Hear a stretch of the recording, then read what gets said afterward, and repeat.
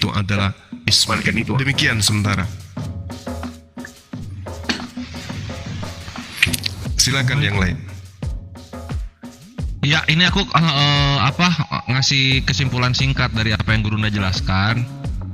Jadi sebenarnya di perjanjian lama itu ya anak tunggal itu ya Ismail. Yang disembelih siapa? Ya Ismail inilah yang anak tunggal gitu. Cuman karena cek tadi kalau ingat apa yang Gurunda bacakan ayat di atas, Al-Qur'an sudah menjelaskan kepada kita tulisan-tulisan kitab-kitab terdahulu itu dirubah-rubah oleh orang-orang terdahulu baik Yahudi maupun Kristen, dan kita punya datanya untuk itu. Sehingga yang terjadi apa? Malah Ishak yang disembelih, bukan Ismail. Itulah kenapa Gurunda menjelaskan ayat-ayat kejanggalan-kejanggalan mengenai penyembelihan yang ditujukan kepada Ishak ini. Sehingga yang benar siapa? Ismail tentunya yang disembelih itu. Itulah kenapa Kejadian 18 nubuat yang digenapi itu oleh bangsa Arab yang dimana menguasai dari sungai Tigris sampai Efrat. Tigris itu di Syria, Efrat di Mesir. Israel nyampe nggak sampai sana? Enggak. Tapi Ismail nyampe sampai sana kerajaan. Begitu brother lol. Silahkan pertanyaan berikutnya. Ismail dikorbankan di mana? Itu Gurunda, Ismail dikorbankan di mana? Tidak diceritakan bahwa Ismail yang dikorbankan. Tapi yang anak sulung dikorbankan di mana? Ya, tapi yang terjadi kemudian ya di dalam kejadian 22 itu pengorbanan dilakukan di mana? Di Beersheba. Siapa yang tinggal di Beersheba? Itu dulu. Coba Anda lihat di dalam Kejadian 22. Kejadian 22, kejadian penyembelihan itu terjadi di Beersheba. Siapa yang tinggal di Beersheba? Baca Kejadian 21. Sederhana bukan? Lalu di mana Ishak dia tinggal? Di Hebron. Baca data berikutnya di Kejadian 23. Itu jelas tuh. Jadi kalau saya urai sederhananya gini. Kejadian 21 yang tinggal di Beersheba itu adalah Ismail. Oke. Abraham tinggal di Beersheba, juga terjadi di Kejadian 21. Kejadian 22 terjadi pengorbanan. Di mana? Di Beersheba.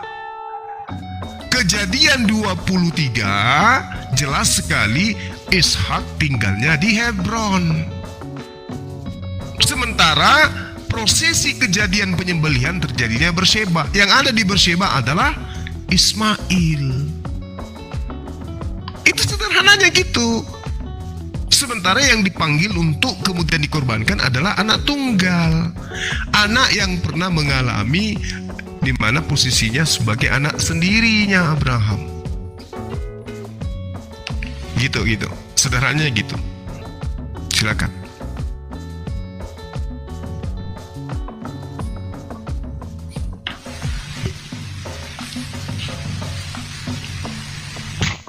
Ayo Slow, tanggapi lagi aja sampai puas.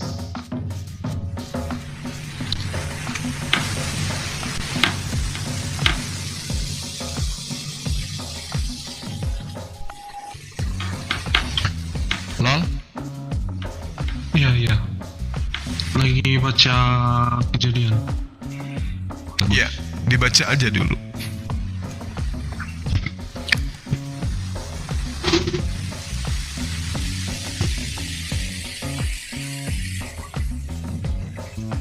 Jadi gitu ya Tritung, kalau misalnya kalian nguping orang, kalau ada yang nanya lu jawab yang sabar. Ini udah yang keberapa ini? Coba. Kawan kita dari Kristen yang begini nih udah yang keberapa coba ini? Ya Gurunda.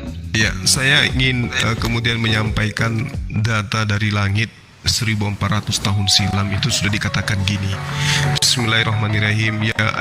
Ya ahlal kitab, qad ja'akum rasuluna yubayyinu lakum katsira mimma kuntum tukhfuna minal kitab wa ya'fu an katsira.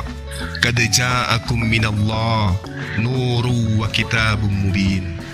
Wahai ahli kitab, sungguh Rasul kami telah datang kepadamu, yaitu baginda Rasul Muhammad sallallahu alaihi wasallam, menjelaskan kepadamu banyak hal dari isi kitab yang kamu sembunyikan, dan banyak pula yang dibiarkannya. Sungguh telah datang kepadamu cahaya dari Allah dan kitab yang menjelaskan. Itu Al-Quran yang mengurai itu. Jadi memang banyak cerita yang kemudian Rasul Muhammad sallallahu alaihi wasallam itu jelaskan kepada Bani Israel begitu baginda Rasul Muhammad SAW itu datang. Makanya dikatakan di dalam Al-Quranul Karim surah As-Saffat itu ya, bagaimana kemudian prosesi pengorbanan itu terjadi sebelum Isa itu lahir. Meskipun nama daripada Nabi Ismail tidak disebutkan, tapi yang pasti setelah prosesi kejadian pengorbanan ini, barulah Ishak itu lahir. Itu dalam Al-Quran. Demikian.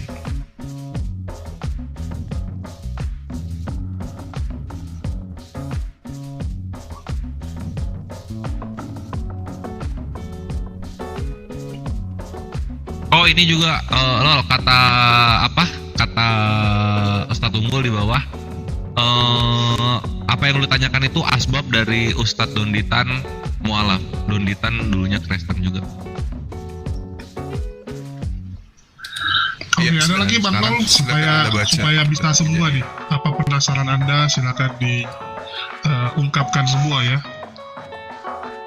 Masih Jul, Kalau masih bisa masih nanti- di ini, masih di yang tadi.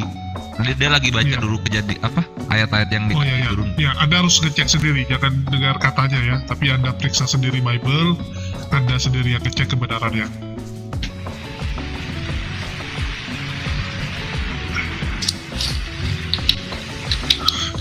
Bahkan kalau nggak sempat selesai malam ini, Anda penasaran boleh langsung jumpai Bang Zuma kan. Apalagi di sama-sama Makassar ya, lebih gampang kalau mau belajar langsung. Iya, Minta nomor WA aja gitu. bisa. Sama minta motor. Dulu motornya banyak.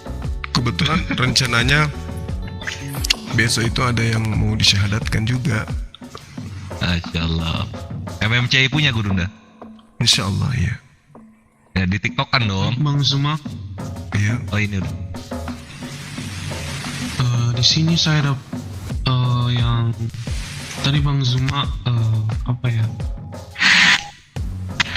ngomong kalau pengorbanan anak sulung terjadi di gurun, tapi yang saya dapat terjadi di Bukit Moria, Yerusalem, tempat berdirinya Bait Allah. Di data nomor berapa tuh? Eh,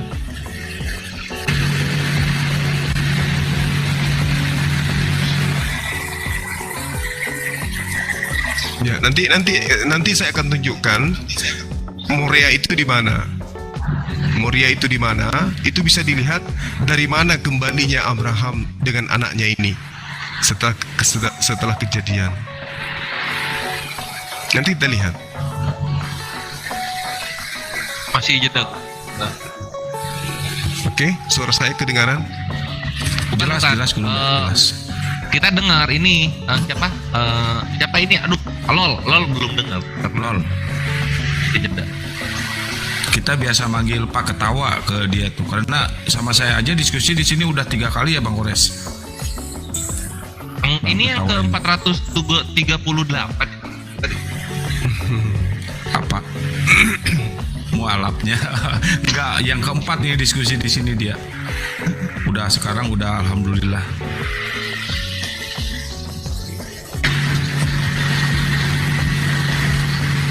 Nih. Di Alkitab yang saya dapat cuman ditulis Gunung Tuhan, dan oleh ahli tafsir dianggap sebagai Sion. Dianggap sebagai Sion. Iya. Iya. Nah, sekarang kalau kita melihat bahwasanya di dalam kitabnya teman-teman Kristen, dalam hal ini Perjanjian Lama, jelas sekali bahwasanya kejadian itu terjadi di Beersheba. Apa pembuktiannya? Kita lihat kemudian ketika di dalam Kejadian 21 nomor 33, Ibrahim sedang berada di Beersheba. Itu dulu. Terus diceritakan lagi bahwasanya Ibrahim dan Ishak itu pulang dari Beersheba. Ada apa? Sejak kapan kemudian Ishak itu pulang dari Beersheba? Coba Anda lihat dalam Kejadian 22 nomor 19 ya. Ibrahim dan Ishak pulang ke Beersheba. Coba kita lihat bagaimana kemudian apa yang diterangkan oleh Al-Quran itu benar-benar nyata di tengah-tengah kita gitu. Cek suara saya kedengaran, Dek? Bagus. Oke. Di Kejadian 22 nomor 19, Abraham dan Ishak pulang ke Beersheba. Apa nggak salah itu? Yang tinggal di Beersheba siapa sih sebenarnya?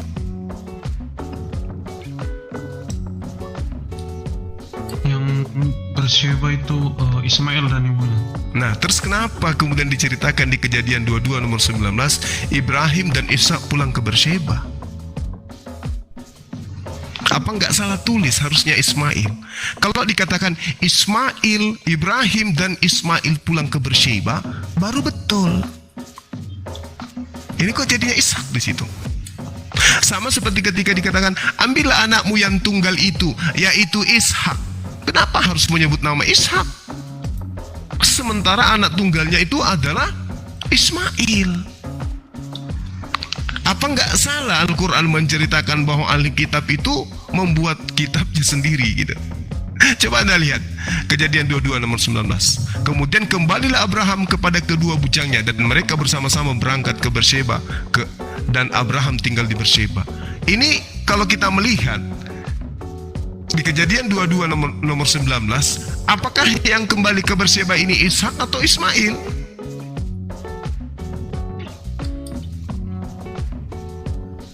Karena setelah kejadian proses penyaliban terjadi di Mosia, mereka kembali ke Beersheba.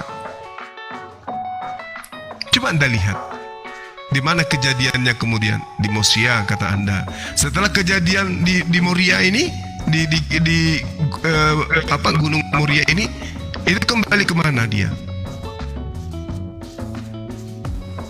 Ini kan perintahnya tuh di Kejadian 22 di nomor 2-nya, ambillah anakmu yang tunggal itu yang engkau kasihi, yakni Ishak. Pergilah ke tanah Moria, persembahkanlah dia di sana sebagai korban bakaran pada salah satu gunung yang kukatakan kepadamu. Oke, kita berlanjut ke data nomor 19-nya. Kemudian kembalilah Abraham kepada kedua bujangnya dan mereka bersama-sama berangkat ke Beersheba dan Abraham tinggal Beersheba. Ini yang tinggal di Beersheba siapa? Kita jujur-jujuran. Ya, Ismail. Berarti yang diambil harusnya di nomor 2 di Kejadian 22 ini adalah anakmu Ismail. Tapi ada penambahan Ishak. Ambillah anakmu yang tunggal itu, yaitu Ishak. Pergilah ke Moria. Setelah pulang ke Moria, dia ke Beersheba. Siapa di Beersheba tinggal? Ismail. Sederhana untuk membuktikan Al-Quran itu betul. Yang tinggal di Beersheba siapa? Ismail. Mana datanya? Kejadian 21 nomor 14. Sudah jelas yang tinggal di Beersheba itu adalah Ismail. Ketika terjadi pengorbanan di tanah Moria, setelahnya anaknya itu dikembalikan kembali ke tempatnya. Di mana kembalinya? Beersheba. Ishak di mana? Hebron. Harusnya setelah terjadi di Moria, kembalilah kemudian Abraham untuk mengembalikan anaknya ke Hebron. Tapi faktanya kembalinya ke Beersheba. Kemana tuh? Ke tempat tinggalnya Ismail. Dah selesai kita di situ. Sekarang tinggal Anda yang memikirkan. Iya, jadi yang namanya TKP itu ya, bagaimanapun di otak-atik pasti akan menampilkan kebenaran ya. Ini sama kayak penjahat gitu kan, dikiranya dengan menyingkirkan bukti-bukti nggak akan ketahuan. Ternyata tetap akan ada fakta-fakta yang bisa diungkap. Iya. Revisi udah nggak bisa soalnya itu. Mana tahu 50 tahun ke depan setelah kita sudah nggak ada deh yang temukan data itu. Wah, Bang Sumo nggak ada dengan timnya.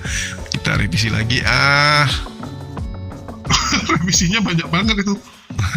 Ya, sebenarnya sesuatu yang palsu ya, mau di otak-atik gimana pun nanti yang lain akan kontradiksi lagi gitu. Mungkin kontradiksinya bukan di sini, tapi nanti akan kontradiksi yang lain-lain lagi.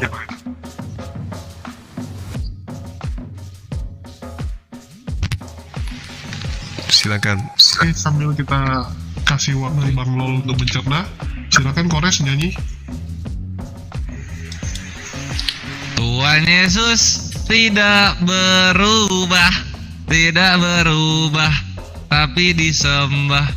Tuhan Yesus tidak berubah, tidak berubah, lah kok disembah. Silakan, Bang. Itu Ibrani 13 nomor 8 itu. Gurunda sedikit tadi ada Hari ini dan ada ini ya gimana? ada pernyataan dari dia tadi, dari kemarin juga sih seperti itu ya. Saya teringat cerita Gurunda yang disahadatkan sama Gurunda itu, yang awalnya dia doyan banget dan tidak mau meninggalkan daging babi. Oh iya, Saya masih itu ingat tuh pendeta loh cerita itu. Gurunda itu. Betul. Nah, Pendeta loh itu. ini kejadian lagi sama Lol. Lol ini doyan banget dan tidak mau meninggalkan daging babi itu, Gurunda. Udah saya jelaskan tadi juga. Mungkin penjelasan saya kurang begitu. Gini. Ini ya, silakan Gurunda. Doyan makan babi gitu maksudnya. Iya. Nah, kalau Anda doyan makan babi, ya saya sangat mengkhawatirkan, karena kita ini hidup kan untuk selamat, ya kan? Kita itu hidup untuk selamat. Tapi bagaimana mungkin kemudian kita mau selamat kalau Tuhan sendiri mengancam pemakan-pemakan babi ini? Di mana Allah mengancamnya? Saya bacakan ayatnya ya. Ya.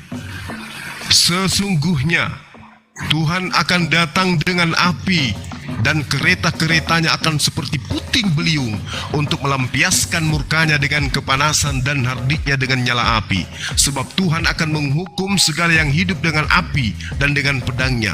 Dan orang-orang yang mati terbunuh oleh Tuhan akan banyak jumlahnya. Mereka yang menguduskan dan mentahirkan dirinya untuk taman-taman dewa dengan mengikuti seseorang yang ada di tengah-tengah mereka, yang memakan daging babi dan binatang-binatang jijik serta tikus. Mereka semuanya akan dilenyapkan sekaligus. Demikianlah firman Tuhan. Kalau saya jadi Anda, saya tidak mau dilenyapkan oleh Tuhan hanya karena seekor babi, makanan babi. Ngeri itu. Yesaya 66. Ngeri itu, ngeri. Sedangkan kalau di Al-Quran kita bercerita ya, di dalam Al-Quran itu bagaimana kemudian akuratnya pemberitaannya bahwa yang dikorbankan itu adalah Nabi Ismail. Coba kita lihat di dalam surah As-Saffat. Fabasyarnahu bigulamin halim. Ketika dia berdoa kemudian, Rabbi habli minas salihin. Ya Tuhanku, anugerahkanlah kepadaku seorang anak yang termasuk orang yang soleh. Fabasyarnahu bigulamin halim. Maka Allah beri kabar gembira kepadanya dengan kelahiran seorang anak yang sabar. Siapa anak yang sabar ini? Apakah Ishak atau Ismail? Tapi tidak disebutkan namanya di situ, Bang Suma. Di situ tidak ada Ismail. Gampang untuk menjawabnya. Anak yang sabar itu Ismail. Ayatnya di mana? Wa Ismaila wa Idris wa Zalkifli kullun minas sabirin. Dan ingatlah kisah Ismail, dia itu termasuk orang-orang yang sabar. Siapa yang sabar? Ismail. Maka kami berikan berita gembira kepada Abraham dengan kami memberikan seorang anak yang sabar. Siapa yang sabar? Ismail. wa Ismaila wa Idrisa wa Zulkifli. Zulkifli juga orang yang sabar. Kullum minas sabirin. Mereka itu adalah termasuk orang-orang yang sabar. Nah, lalu ayatnya mengatakan apa? Falamma balaga ma'ahu as-sa'y qala ya bunayya inni ara fil manam anni asbahuka fanzur ma za tara qala ya abati. Ini jelas nih. Ketika dia katakan, ya Tuhan, ya Bapakku, wahai ayahku, lakukan apa yang diperintahkan Allah kepadamu.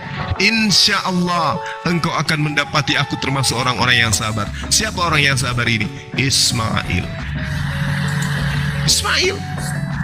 Lalu ayat selanjutnya mengatakan bahwasanya ketika proses itu terjadi, maka Allah mengatakan kembali, wa basyarnahu bi ishaqa nabiyyam minas salihin, dan kami kemudian memberikan berita gembira kepadanya dengan kelahiran Ishak, seorang nabi yang termasuk orang-orang yang saleh. Nah, Isa itu orang yang saleh, Ismail orang yang sabar, yang dikurbankan dikatakan sebagai orang yang sabar. Final kita di situ. Jadi kesimpulannya, Al-Quran dengan terang mengatakan yang dikurbankan itu adalah Ismail. Bible juga mengatakan yang dikorbankan itu adalah Ismail, meski ada nama di sana disebutkan Ishak, tapi ternyata dia dikembalikan ke Beersheba setelah proses pengorbanan terjadi. Berarti penambahan kata Ishak itu sangat jelas ada di sana. Inilah yang kemudian Al-Quran terangkan. Al-Quran mengatakan bahwasanya celakalah orang yang menulis kitab dengan tangan mereka sendiri, kemudian berkata ini dari Allah. Itu juga Allah katakan, ya ahlal kitab, qad ja'akum rasuluna yubayyinu lakum katsira mimma kuntum tukhfuna minal kitab wa ya'fu an katsira. Wahai ahli kitab, sungguh Rasul kami telah datang kepadamu, menjelaskan kepadamu banyak hal dari isi kitab yang kamu sembunyikan. Jadi nama Ismail disembunyikan, ditaruhlah nama Isa di sana meskipun tidak cocok. Demikian sementara, silakan. Oke, mungkin aku tambahin sedikit Bang Lol ya, sebagai referensi, karena aku tahu bagaimana orang-orang di sebelah ini suka sekali mendiskreditkan Ismail ya, seakan-akan Ismail ini orang yang terbuang lah, anak yang tidak diinginkan lah, dan sebagainya. Jadi kalau Bang Lol lihat ya, di kisah yang ada di Bible sendiri, bagaimana Ismail itu adalah seorang anak yang luar biasa baik, seorang anak yang soleh ya, tidak pernah melawan. Dan bahkan ya, kalau Bang Lol baca, saat Abraham meninggal itu ya, saat Abraham meninggal itu kan 175 tahun ya, 175 tahun dan dia meninggal. Yang menguburkannya siapa? Yang menguburkannya adalah Ishak dan Ismail. Kedua anaknya ada di situ untuk menguburkan. Jadi bagaimana mungkin kalau seorang anak yang sudah dibuang terus tidak berhubungan lagi dengan anak itu, dia bisa hadir saat pemakaman bapaknya? Nggak mungkin. Artinya apa? Selama ini hubungan mereka baik-baik saja. Begitu juga hubungan Ismail dan Ishak. Ya, jadi hubungannya itu bagus sehingga waktu bapaknya meninggal mereka berhubungan, mereka kontek-kontekan. Ya, bayangkan dulu nggak segampang sekarang. Kalau sekarang kamu mungkin, contoh misalnya Bang Lol ada di Papua, tinggal di WhatsApp, bapak meninggal gitu, masih gampang. Zaman dulu nggak segampang itu. Artinya apa? Dari Abraham sebelum meninggal, mereka itu sudah sangat intens berhubungan. Ya mungkin saat itu Abraham sudah mulai sakit-sakitan ya. Jadi Ismail ada di sana juga untuk menjaga bapaknya, Ishak juga ada di sana untuk menjaga bapaknya sampai Abraham meninggal. Jadi selama ini banyak sekali orang yang mendiskreditkan seakan-akan Ismail ini sejak dibuang udah nggak ada hubungan lagi gitu kan. Banyak narasi-narasi, framing-framing yang dibuat seakan-akan Ismail itu sudah dikucilkan, sudah disingkirkan, sudah tidak berhubungan dengan Abraham. Padahal di Alkitab sendiri mencatat bahwa saat Abraham meninggal ada Ismail di sana. Itu menunjukkan apa? Hubungan mereka sangat dekat. Nah itu yang kalian harus tahu, dan semoga ini jadi referensi juga bagi Bang Lol. Ya, sekali lagi saya katakan, membuat kebohongan untuk menutupi kebohongan sebelumnya, itu tetap akan ada celah. Tetap akan ada celah yang bisa digali dan terbukti ya. Dari data-data yang disampaikan sama Bang Zumaya udah dijelaskan. Oke, silakan Bang Lolo lanjut. Terima kasih atas jawaban yang abang berikan pada saya. Untuk pertanyaan lainnya saya sendiri tidak ada. Pertanyaan-pertanyaan seperti ini tiba-tiba saja terlintas di benak saya jika ada sesuatu yang berhubungan yang saya dengar atau terjadi, tiba-tiba muncul terlintas dalam pikiran saya. Itu saja, Pak. Masya Allah. Terpuaskan nggak dengan jawabannya gitu? Iya, puas. Alhamdulillah. Barakumullah. Kalau menurut saya Bang Kores, dengan pertanyaan yang refleks yang spontan seperti itu, apa ini disebutkan bisa petunjuk ya Gurunda atau satu hidayah? Gimana menurut Gurunda nih? Ini kan pertanyaannya dia spontan, nggak dicari-cari atau nggak dibuat-buat gitu loh. Ya, kalau saya gini loh Bang, sama dari kemarin saya menjelaskan gitu, saya selalu dituduh sebagai penghujat gitu ya. Saya kalau di posisi teman kita, saudara Kristen yang sudah lembut hatinya untuk menerima dan bertanya tentang Islam, di mana sih titik kebenaran Islam ini kan gitu ya. Artinya poin-poin hidayah itu sudah ada gitu ya. Hidayah itu kan orang yang melembutkan hati. Nah, ketika orang itu lembut hatinya, kemudian dia belajar Bible, apa yang kemudian menjadi sentral iman, yaitu Yesus dengan adanya penyaliban, kebangkitan dan seterusnya yang adalah Tuhan katanya. Ketika Bible itu menerangkan bahwa dia manusia pada saat di dunia, pada saat dia terangkat, pada saat dia duduk bersama dengan Tuhannya, pada saat dia datang kedua kalinya, tetap dia adalah manusia, maka posisi kebenaran itu ada pada Islam. Poinnya, misalnya 2 Yohanes 1 nomor 7, penyesat itu adalah mereka yang tidak mengaku Yesus itu datang sebagai manusia. Dinda Kores datang sebagai manusia, Dinda Julius datang sebagai manusia, Dinda Moto datang sebagai manusia, pengamat datang sebagai manusia, Bang Suma datang sebagai manusia. Apakah berarti bahwa Bang Suma dan kawan-kawan tadinya adalah Tuhan sehingga ia datang sebagai manusia? Tidak. Itu yang pertama. Penyesat adalah dia yang tidak mengimani Yesus datang sebagai manusia, tetapi datang sebagai Tuhan. Nah, sekarang posisi ini yang harus dijelaskan kepada teman-teman. Yesus itu siapa? Yesus itu 100% Tuhan, 100% manusia. Ketika Yesus tidak diimani datang sebagai manusia, maka muncullah embel-embel dia juga itu adalah 100% Tuhan. Penyesat. Yesus memang manusia, Bung. Dia bisa makan, dia bisa minum, dia ketakutan, dia disunat, dia dinetein, tetapi itu karena dia dari sisi kemanusiaannya. Tapi Yesus itu juga 100% ilahi. Anti Yesus, anti Kristus dia itu. Ya manusia. Mau dia rohnya, mau dia pekerjaannya, mau dia mukjizatnya, apapun itu manusia ya manusia. Harus diimani Yesus itu datang sebagai manusia. Jangan imani sebagai yang lain. Kapan tidak diimani sebagai manusia saja, maka kita adalah antikristus. Jadi kedatangannya sebagai manusia.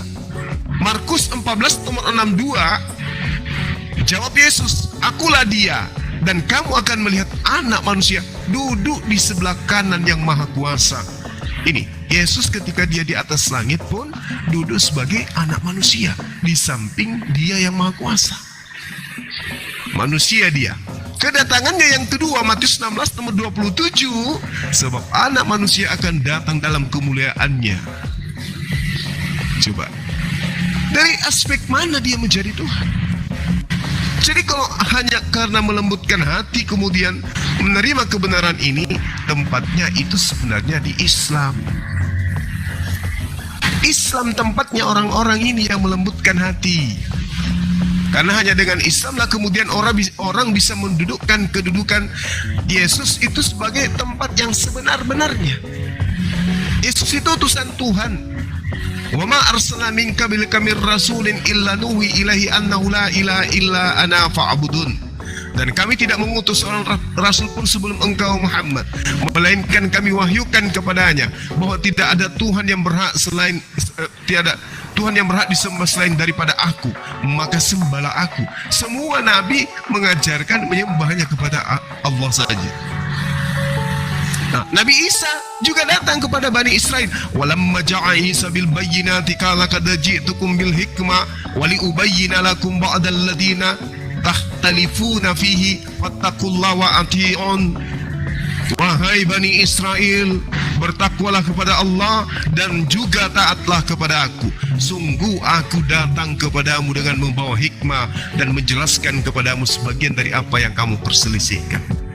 Jadi yang ada di dalam Bible tentang Yesus, yang Yesus terangkan tentang dirinya, itu Al-Quran sudah uraikan. Dia hanya rasul kepada Bani Israel yang minta untuk ditaati ajarannya. Itu sangat sederhana itu. Jadi kalau misalnya saudara kita ini bertanya tentang yang dikorbankan siapa, Al-Quran mengatakan Ismail, kitabnya saudara juga mengatakan Ismail, lalu tunggu apa lagi? Kebenaran sudah terpampang di depan mata. Demikian. Oke, Klol, tanpa berpanjang lebar lagi, karena Klol ini posisinya Makassar juga. Alhamdulillah Makassar adalah salah satu pusat pembelajaran Islam dan juga pusat komunitas Islam yang gaul-gaul di sini gaya ulama. Jadi kalau misalnya memang udah niat, udah mantap, keraguan tinggal sedikit lagi dan solusinya sudah tergambarkan, tafadhol silahkan, kami menantikan persaksiannya kalau mau. Jadi saya syahadat di sini atau gimana? Di sini aja nggak apa-apa. Allahu Akbar, Subhanallah, walhamdulillah, Allahu Akbar. wala ilaha illallah. Ayo Iya, Iwan kalau Pila yang misalnya- di bawah bantu doa. Iwan Pila yang di bawah bantu doa. Ayo cepat bantu doa Iwan Pila. Alhamdulillah, Ya. barokallah.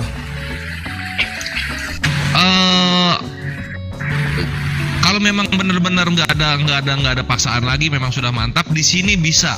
Nanti di dunia nyata, insya Allah Gurunda langsung bantu untuk persuratannya dan juga penguatan akidah, maksudnya penambahan ilmunya gitu. Karena Gurunda tuh Makassar loh.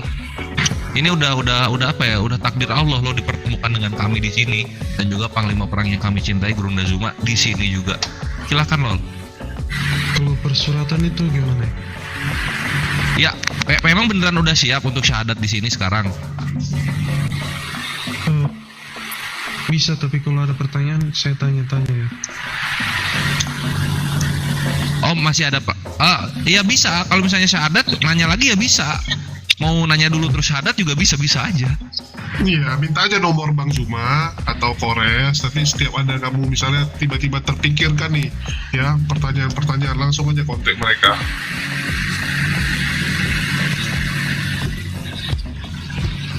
Ini Atau langsung Lol, ke Bang Zuma, nanti beneran saya mau syahadat kasih sekarang. WA-nya ya, Bang Lol. Oke. Ya. Oke, kalau misalnya Brother Lol mau syahadat sekarang, apakah ada paksaan? Tidak. Allahu Akbar. Silahkan Gurunda kami penuntunannya. Iya. Oke ya. Jadi kalau misalnya saudara kita ini mau bersyahadat di sini boleh. Terus kalau misalnya besok mau syahadat offline juga boleh. Nanti saya arahkan, kebetulan besok juga ada yang mau bersyahadat. Sekalian dibuatkan kemudian ijazah, sertifikat gitu ya. Sertifikat mualaf sebagai legalitas bahwa saudara kita ini sudah meluk ajaran agama Islam, dan itu perlu kedepannya Anda gunakan sebagai data-data kepribadian bahwa agama Anda sekarang sudah Islam gitu. Kalau urusan administratif saya belum berani. Ya, artikan Termasuk bukan KTP lu, tapi dikasih sertifikat doang. Oke, makasih.